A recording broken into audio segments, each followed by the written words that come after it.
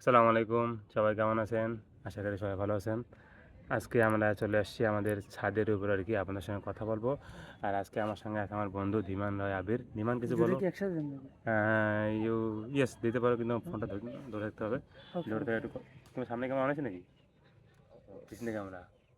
Okay, it's very good.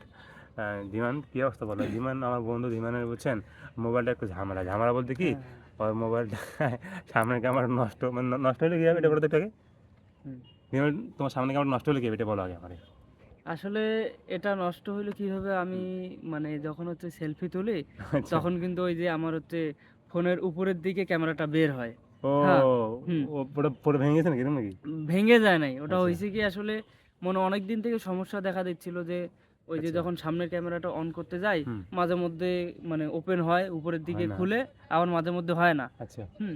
তো এইভাবে যাইতে একদিন হঠাৎ করে মনে করেন যে সামনের ক্যামেরা অন দিছি আর ইয়া ফোন হ্যাং হয়ে গেছে।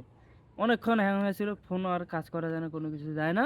এরপরে ফোন অফ করি, অন করি। তারপরে থেকে দেখি যে আসলে সামনের ক্যামেরা আর অন হয় না। হ্যাঁ, অনেক ট্রাই করছিলাম সামনের ওকে, ক্যামেরা অন করার ওকে, জন্য। আন্ডারস্ট্যান্ড। হ্যাঁ, হয় না। তো কি আর করার, আসলে কিছু করার নেই। যার কারণে অনেক কষ্ট করে আমাকে পিছনের ক্যামেরা দিয়ে ভিডিও করা লাগে। হ্যাঁ, আসলে কেমন দেখা যায় না যায়, কি হয় না হয় আমি কিছুই বুঝি না। তবুও আন্দাজে মাইরা দেই ভিডিও আরকি। এই হচ্ছে আমার ও আমি অবস্থা। মনোযোগ দিইনি। কি বলতে জানি?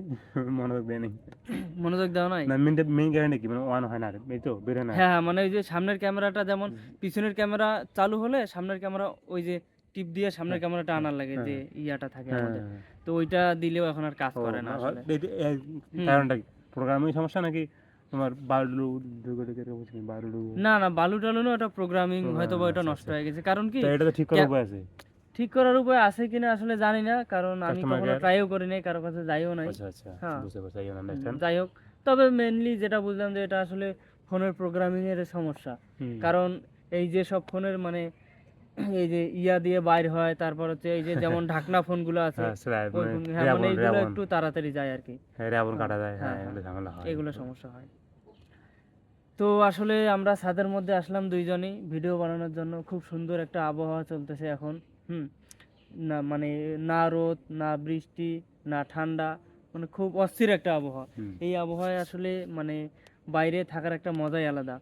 হুম? যার কারণে আমরা ছাদে আসলাম। সারাদিন রুমের মধ্যে ছিলাম।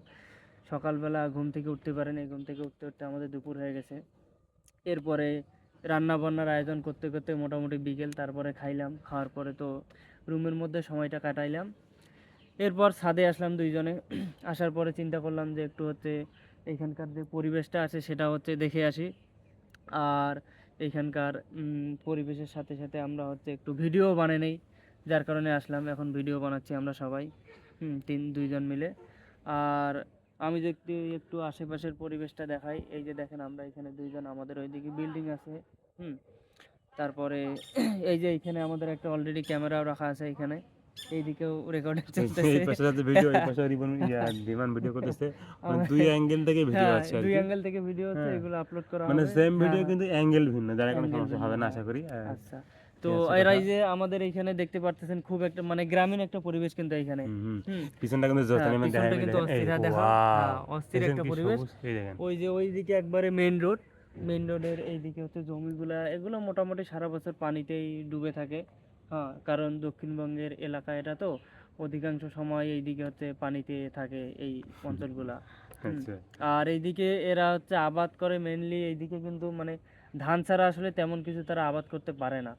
অন্যান্য যেমন আমাদের ওইদিকে শাকসবজি থেকে শুরু করে মানে সবকিছুই আর যায় আবাদ আবাদ করে করা। না, ওর আবাদ করে কি বলে মাছ চাষ করে। মানে পানি হ্যাঁ, মানে জায়গা আছে। এইদিকে মেইনলি ওরা কিন্তু হ্যাঁ, মাছ চাষ মাছ করে চাষ খুব। করে আর কি। এই বিশেষ পাশে করে ভালো। খুলনার ওইদিকে গেলে তো মাছ আর খুলনা, মাছ। বাগেরহাট, হ্যাঁ। সাতক্ষীরা এরকম হুম, বিগ অ্যামাউন্ট ইনকাম করে হুম। মাছ চাষ করে মাছ শুধু। চাষ করে, হ্যাঁ।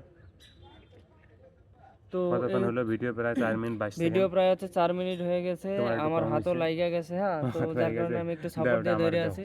তোমার হ্যাঁ। কষ্ট হলে আমারে আচ্ছা, দাও। আচ্ছা। আচ্ছা, হুম, এই হচ্ছে কথা।